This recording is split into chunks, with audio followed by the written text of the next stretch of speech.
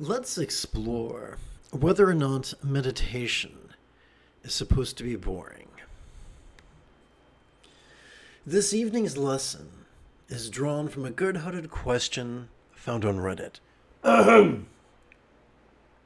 Is meditation just practice at being bored?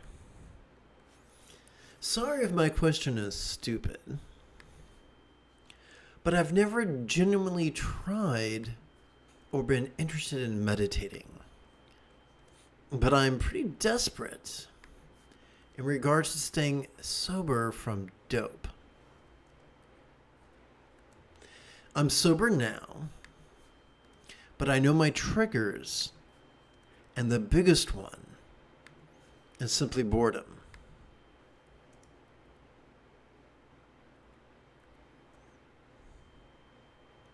Whoops.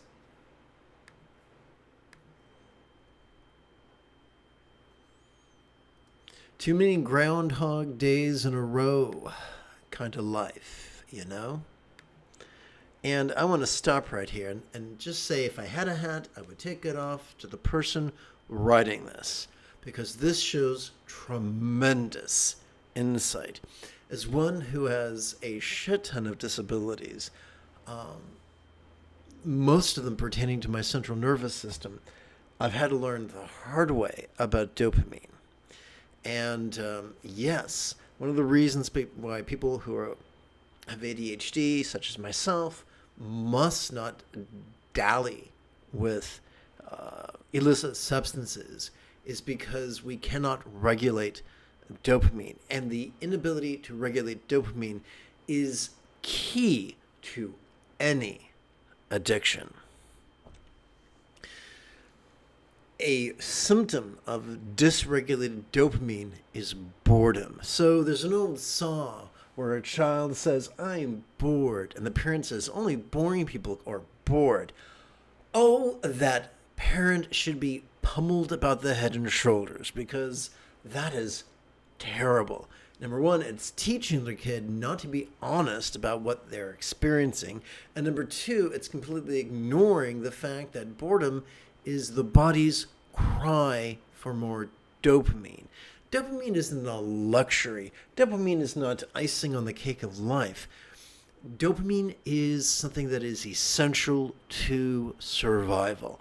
Way back when, before there were 7-Elevens or internal combustion automobiles, before our species was even our species, when we were several iterations before humanoid, when we were just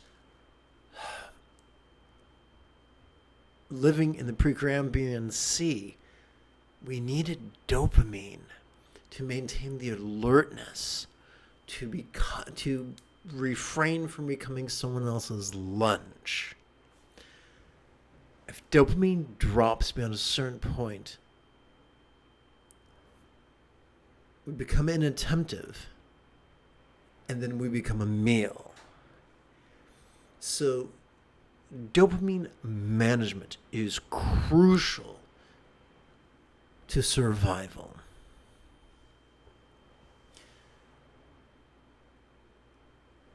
Fortunately, I've got some hacks for you. Let's continue.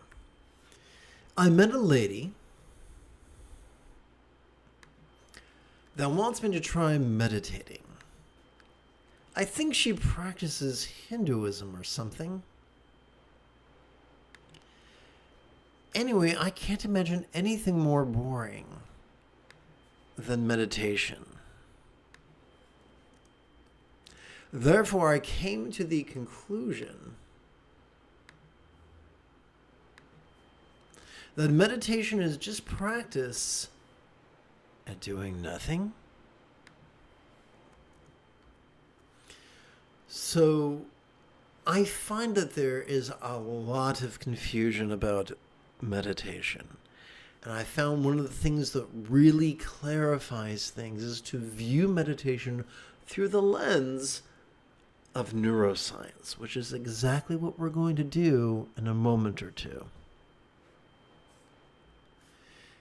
If there is any free meditation help I live in NYC, and I'm finally willing to try it.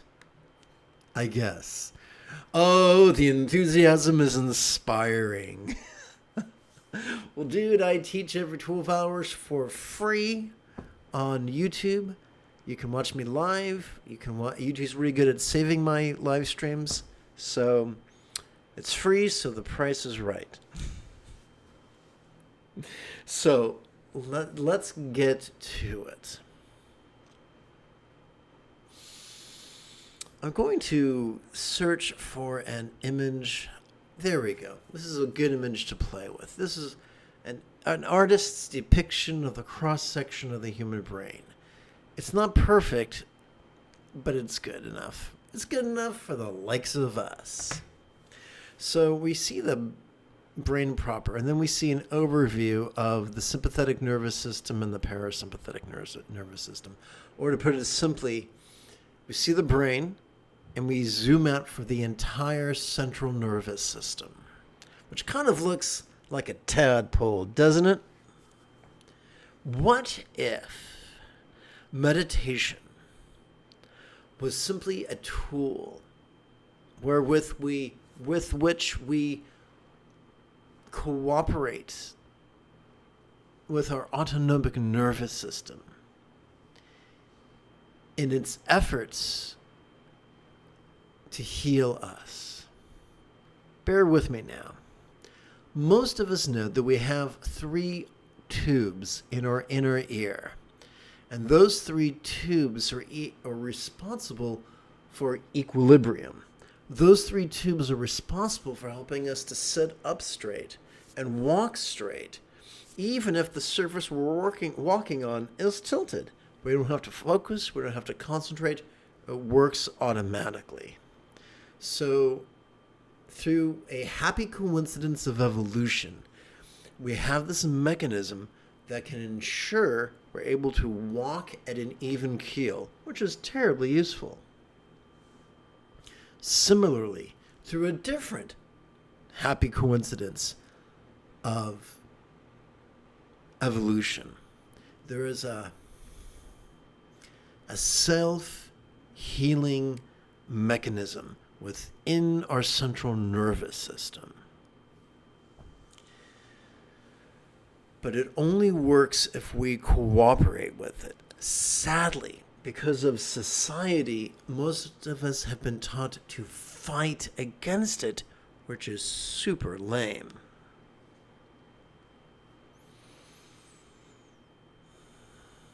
So,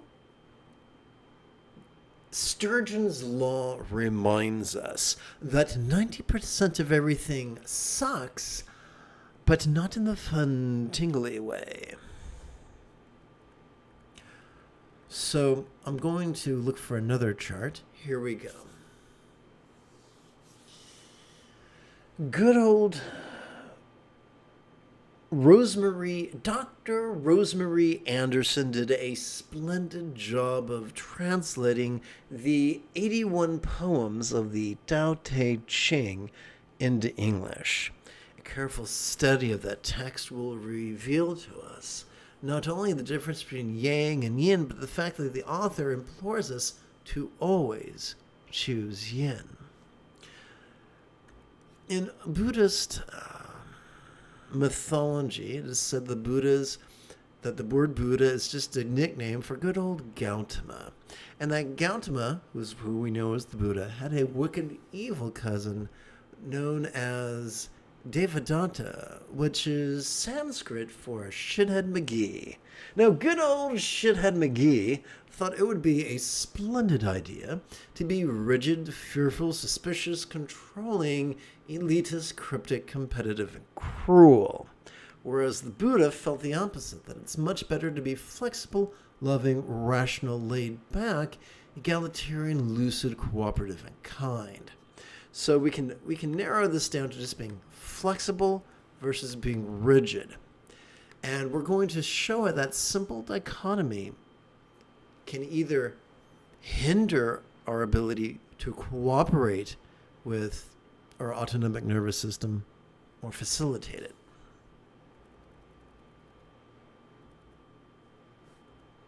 Okay, so most of us have been taught to be controlling. Let me know if you've heard this one before. If it's to be, it's up to me, said every over-caffeinated control freak ever.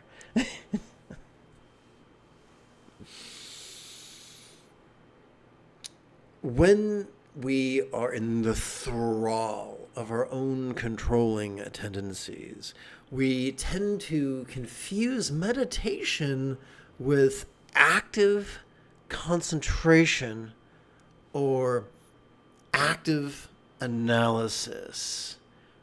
To facilitate that, we will often rely upon certain neurological structures, such as the medial prefrontal cortex or the dorsolateral prefrontal cortex.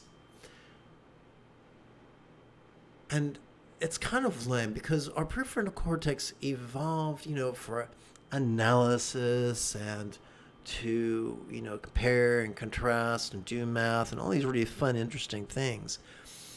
But it didn't evolve to replace our autonomic nervous system. And when we try to do that, when we rely upon those structures to practice active concentration and active analysis, then what happens, according to fMRI studies, functional magnetic resonance imaging studies, is that we can see our blood collecting at our amygdala, this lumpy thing here, this lumpy thing that functions as the seat of both aggression and anxiety, located in the metaphoric dungeon of our limbic system. Prolonged overuse of our prefrontal cortex will cause us to present with symptoms of depression.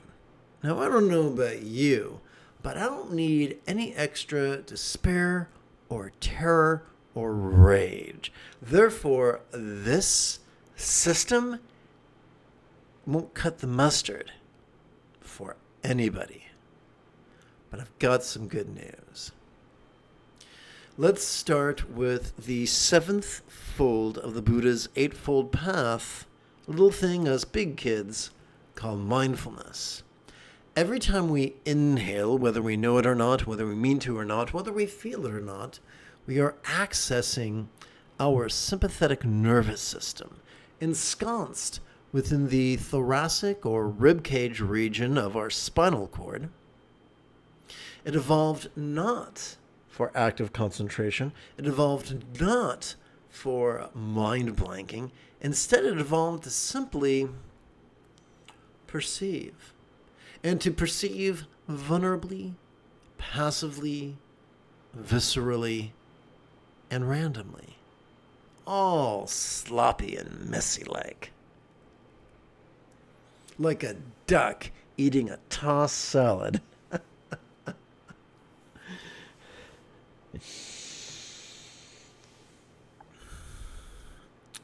This sympathetic nervous system has evolved to notice sights, sounds, sensations, flavors, scents, and the like. It has evolved to notice emotions, intentions, thoughts, memories, and imaginings. Because humans are not digital computers, but analog beasties, it evolved to perceive spectrums of phenomena, from the external to the internal, from the physical to the mental, from the pleasurable to the painful, from the interesting to the boring, from the glorious to the grotesque. Now, this could seem overwhelming. This makes us wonder, is there a mechanism wherewith we can release all this stuff? And the answer is yes. It's called it's the eighth fold of the Buddha's eightfold path, and the big kids call it meditation.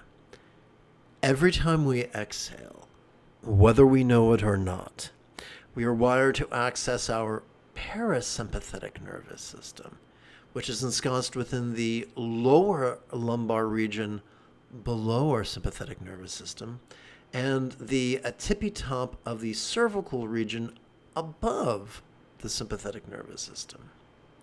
Oh, sure, different people call it different names. Some people might call it the reticular activation system. Some people might call it the brain stem. You can call it Fred and Ethel for all I care. This parasympathetic nervous system has evolved to support both physical relaxation as well as mental release. So this is the wild thing.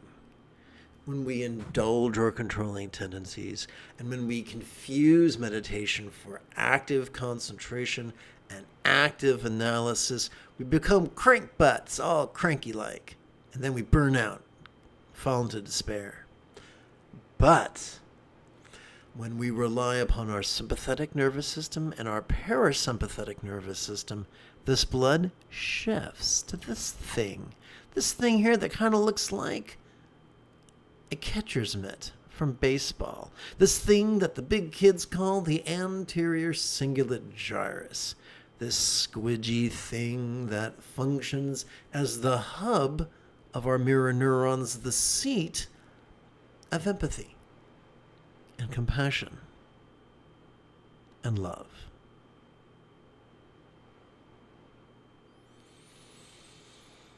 Practice. So here's the wild thing. I don't know about you. I sure like TV. I've seen a shit ton of it. As a sickly kid, I spent my life lying on my side on the couch watching TV. So I am no stranger to the TV show Family Matters and the character Urkel. Our brain is like Urkel. Urkel was a good-hearted kid, very clever, but klutzy and kind of nerdy, right? Well, our brain's just like that. It's klutzy, it's nerdy, it knocks shit over, it says, did I do that? All the while cock-blocking our sympathetic nervous system and our parasympathetic nervous system, and then wondering why it's miserable. But just like Urkel, our brain has a heart of gold.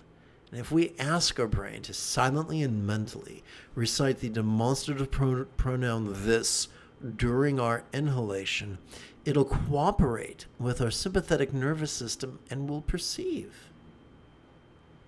If we ask our brain to silently and mentally recite the one-syllable verb ease during our exhalation, it'll wind up cooperating with our parasympathetic nervous system and we'll experience release. Do this for a few minutes and you experience all sorts of adventures between your ears. You will experience emotions, intentions, thoughts, memories, imaginings, sights, sounds, sensations, flavors, scents, and the like. It's kind of like, so it's comparable to way back in 1977 when audiences across the nation were thrilled by the Millennium Falcon making the jump to hyperspace. When I saw it, the entire theater erupted in cheers.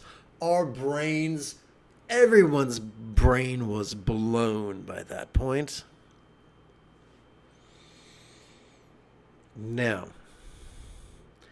90% of meditation teachers are terrible, and they won't be able to help you do this. So it's simple. If you're practicing meditation and you're having a sucky experience and you're bored out of your mind and your teachers won't help you or can't help you, no problem. Find one who can, either in person or over the internet. It's super simple. Tonight I'm going to show you 2 easy passive contemplations that can stimulate your brain when it gets bored. Because remember, boredom is your brain's cry for dopamine, which it needs to be healthy. You show me a brain without dopamine, and I'll show you a brain in crisis. If you are prone to addiction, then the only reason anyone is prone to addiction is not because of a weak character, not because they don't love a real or imagined God, not because they're stupid, not because they're a bad person. It's because the dopamine part of their brain ain't working right. A good teacher will help you to dance with the dopamine using easy techniques. God, but I gotta warn you, even the coolest techniques in the world are no substitute for making sure the fundamental needs of our body are met. And you know these already, so allow me to take a moment to insult your intelligence. What are some of the fundamental needs? Simply this: fresh air, sunshine, exercise, water, fruit, vegetables, seeds, nuts, legumes, pulses, grains, and the like. Eat the whole food vegan diet that you evolved to eat as a member of the human species, and you will thrive. Now, you might be able to say, dude, I'm on a austere budget. No problem. The most...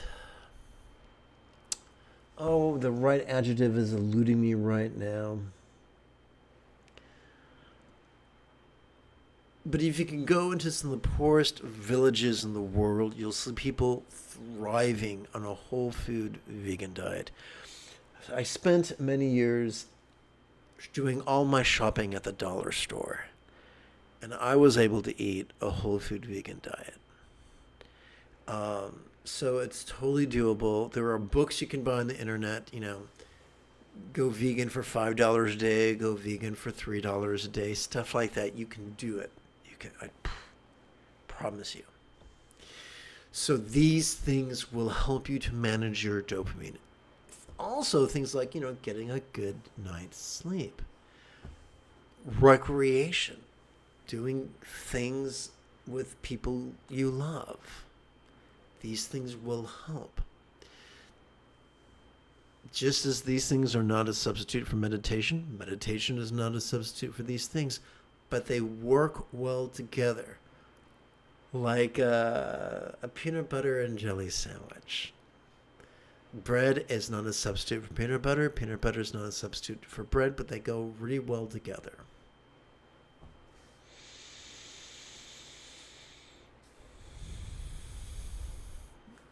I look forward to exploring the fine details with you after approximately 30 seconds of housekeeping. This is Lama Jigme Gyatso of the Buddha Joy Meditation School. For more than 30 years, I spent about 8 hours a day, almost every day, studying, practicing, mastering, and reverse engineering the teachings and techniques of each sect of Buddhism so that you would not have to. Welcome, my friends, to meditate like a Jedi, which is made possible due to the generosity of viewers just like you.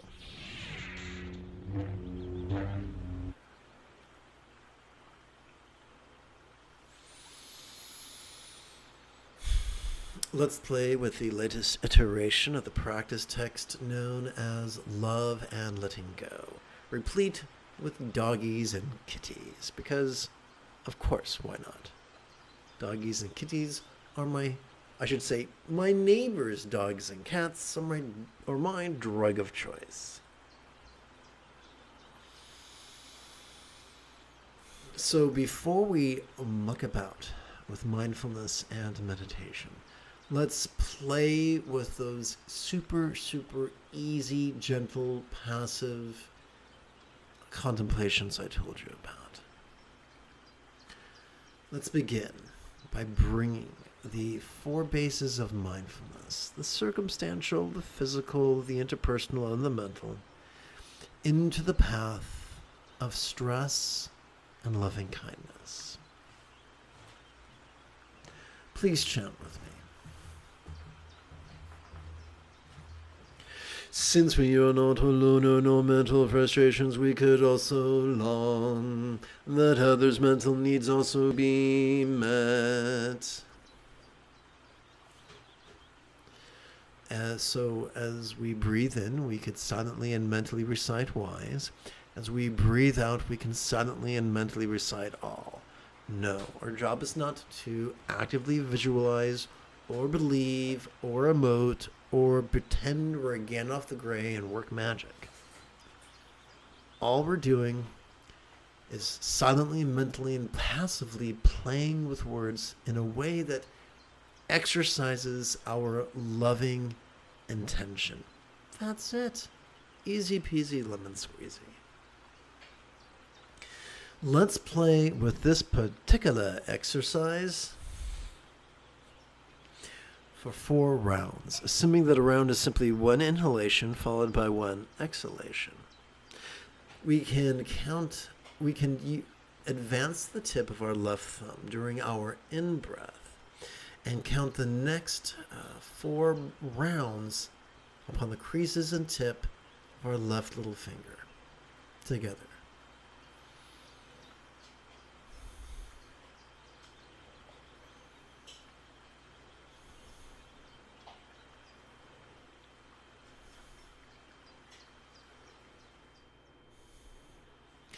For some strange reason that the Buddha never taught,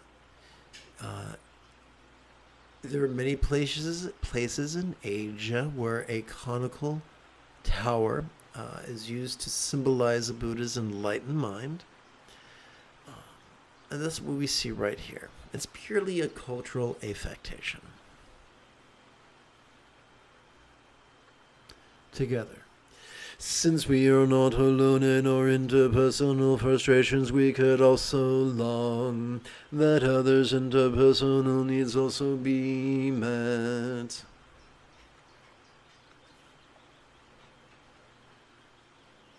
Let us count the next 4 rounds upon our left ring finger.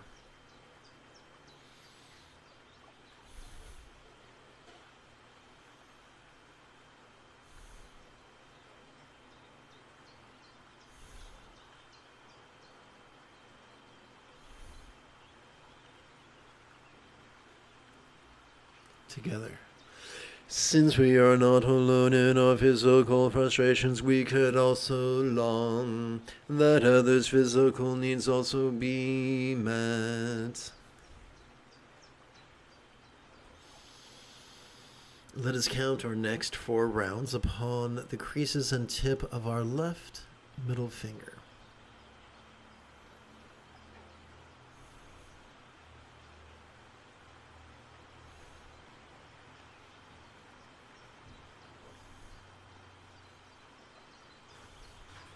Now, although I'm lifting my hand in front of the camera, that is not ergonomically sound, and so I encourage you to just rest your hands in your lap. Together. Since we are not alone in our circumstantial frustrations, we could also long that other circumstantial needs also be met. We can use the word boon as a 1-syllable synonym for good fortune. Let us count the next 4 rounds upon the creases and tip of our left index finger.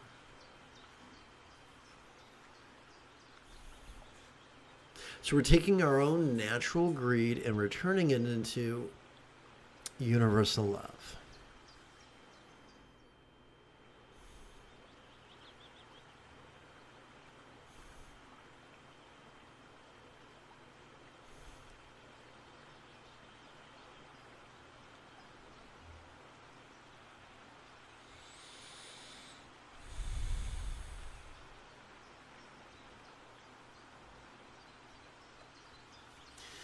Let us bring the four bases of mindfulness, the exact four bases we just played with, into the path of impermanence and not self.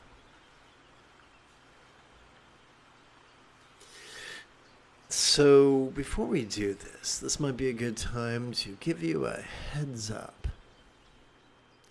Over the last four exercises, we've counted 16 rounds on the fingers and thumb of our left hand. But did you know that not only can you count 16 rounds on one hand, you can count sets on the right hand. So on the right hand, we can count our first set of 16 rounds. And now we can advance our right thumb and begin counting our second set of 16 rounds.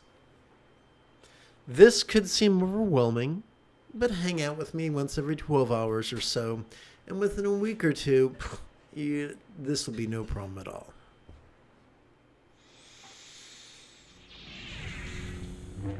Together. Observing the coming and going of appearing circumstantial phenomena helps us to see that ever-changing one and all, there is nothing permanent to grasp. We can use the word lots as a synonym for circumstance. All circumstances, of all beings, of all worlds, real or imagined. We can use melt, the verb melt, as a metaphor of impermanence, of change. The way butter can melt and absorb into a pancake or a waffle. Especially if that waffle is fresh out of the toaster.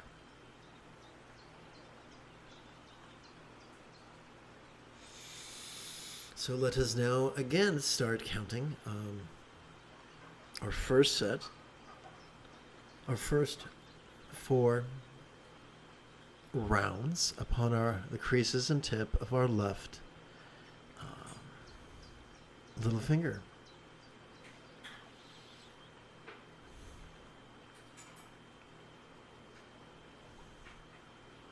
This isn't a breathing exercise. You and I do not get to choose how shallow or quick to breathe. We let our body do that. We're just going along for the ride.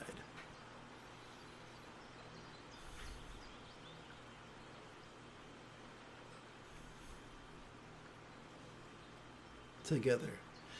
Feeling the coming and going of sensual physical phenomena helps us to feel that ever-changing one and all, there is nothing permanent to grasp.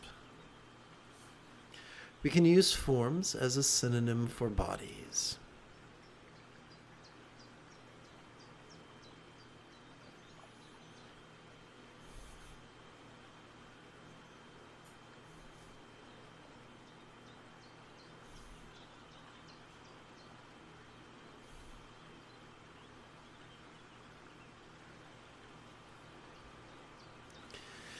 Hearing the coming and going of resounding interpersonal phenomena help us to hear that ever-changing one and all, there is nothing permanent to grasp. Oh, here we go.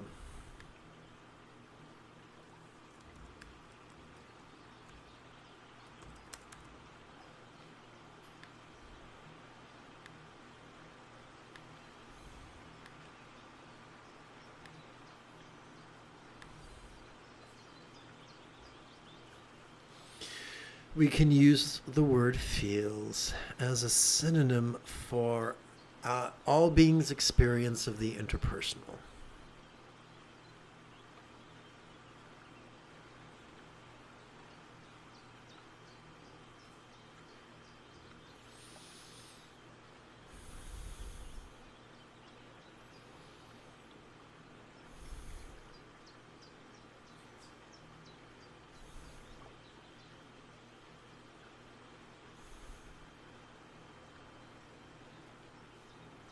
we come to our final warm-up.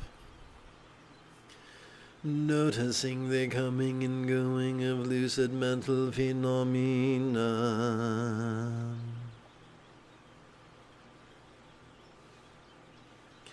Helps us to clearly perceive that ever-changing one and all there is nothing permanent to grasp. So let's count upon our left index finger.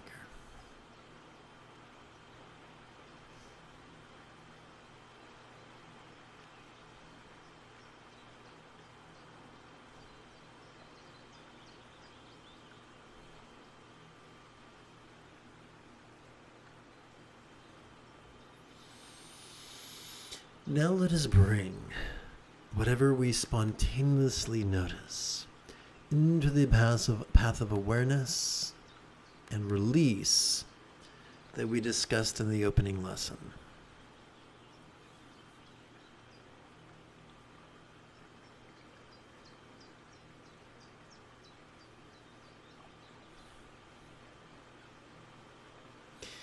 Every time we breathe in, whether we know it or not, we are wired to generate a vertical traction between our tush and our head. Every time we exhale, we're wired to release that, at least a little bit.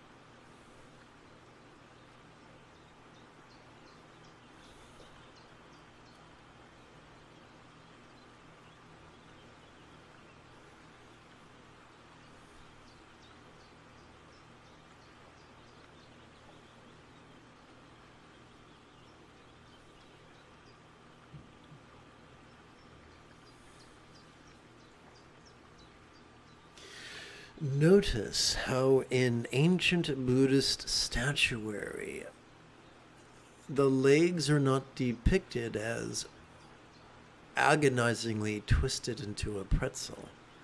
One leg is merely resting upon the other. And just as the wrists can twist, the ankles can twist so that it's the instep that presses against a blanket and not the crown of the ankle. Ask any ballet student and they will tell you knees are just hinge joints and are limited in their range of motion. It's the hips that are ball joints. Even as such, we do not wish to force our legs into this posture. Simply guide your legs gently and let gravity do the rest over the weeks that follow.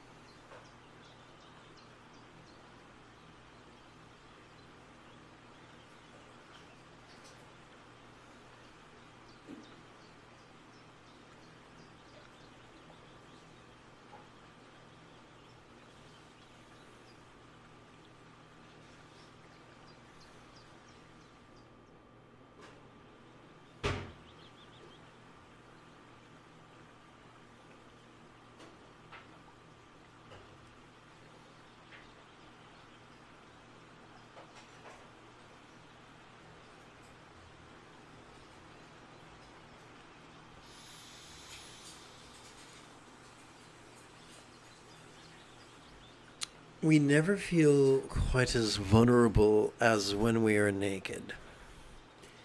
The nudity of Samantabhadra, Samantabhadri, Karmamudra reminds us of the vulnerability that is crucial to mindfulness.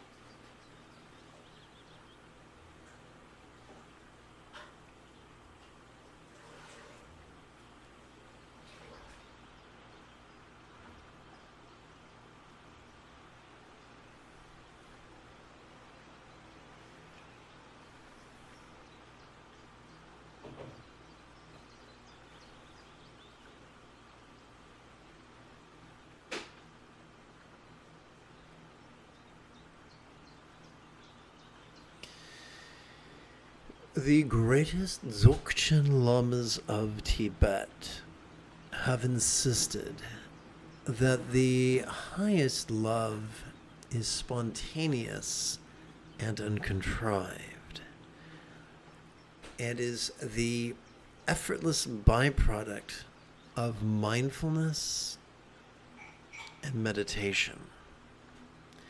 Perhaps that is why Kuntu Zangpo and Kuntu Zangmo are always depicted as beautiful.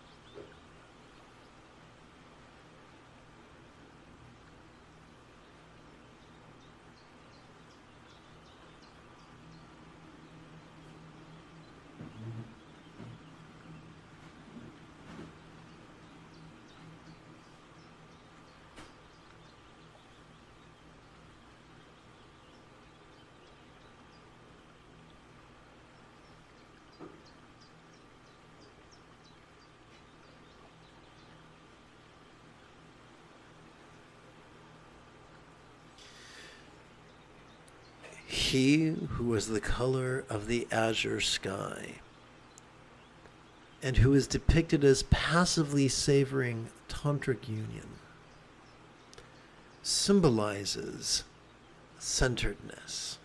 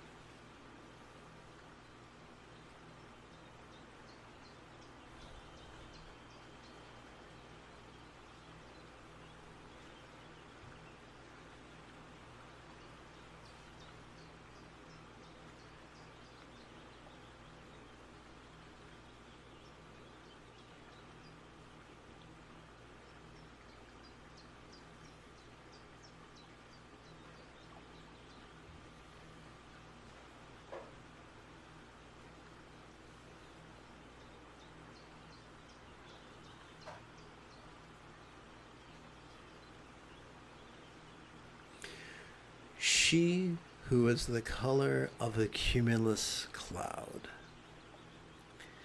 appears to be sporting in tantric union, reminding us of spontaneity.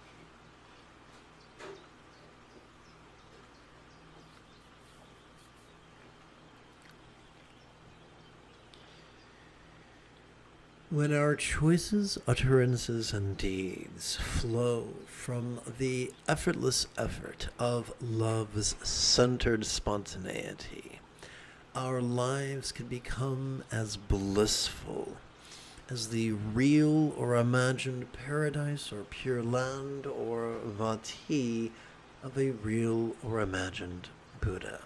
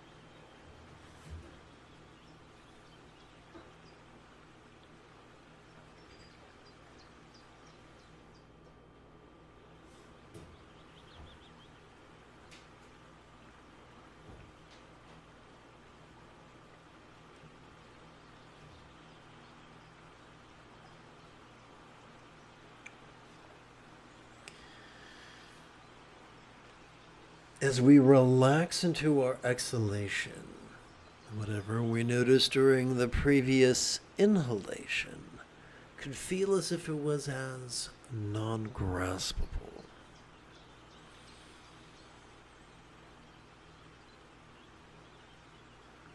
As a vast empty void. Any good English teacher will remind you that a simile is only as effective as it is relatable. So, my friends, what is a real-world example of a non-graspable, vast, empty void? How about the illusion of the infinite azure sky on a bright and beautiful cloudless morn, which, although could be tantalizing to the eye, is intangible to the hand. Perhaps this is why the all good ones sporting in tantric union are depicted as translucent and as non-graspable as a rainbow.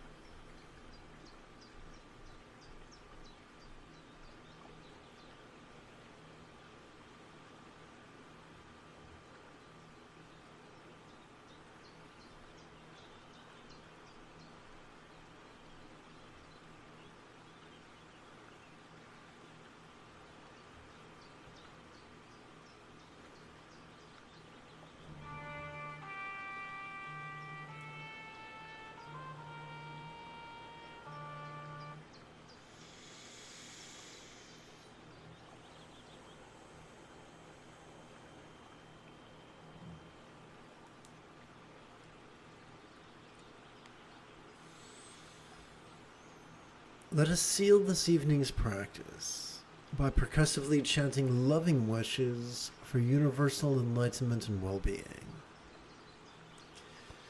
May all minds clear yet impermanent and be as enlightened as a Buddha's mind.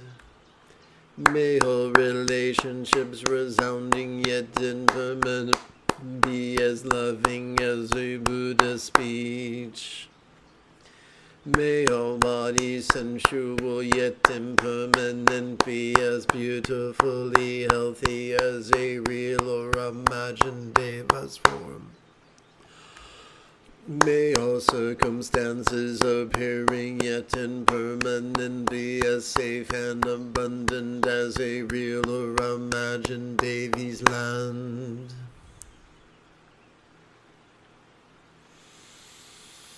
If you feel that I have earned it, you could give this live stream a thumbs up. You could even help support this channel.